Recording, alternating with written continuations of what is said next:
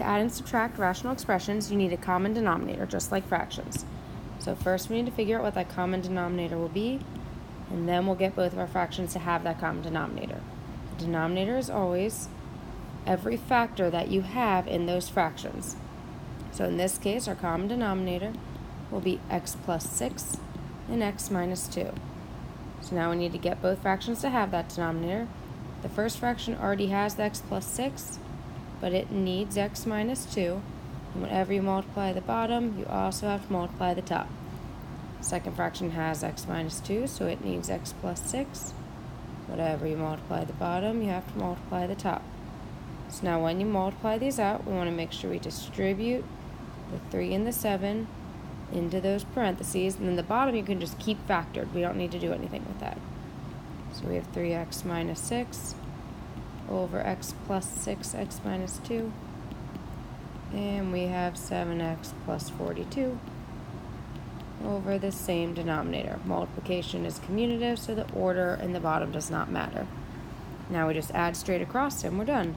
So 3x plus 7x is 10x, and then negative 6 plus 42 plus 36 over x plus 6, x minus 2.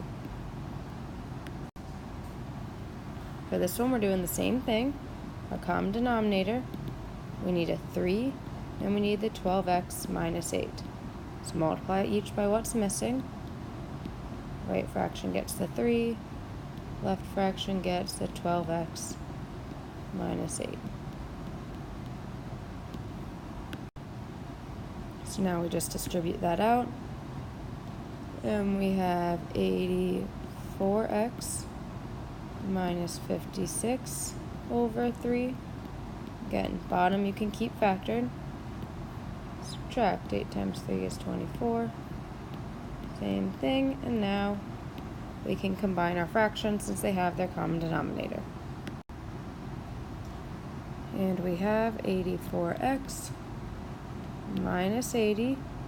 Keep in mind when you have subtraction in the middle, keep an eye out.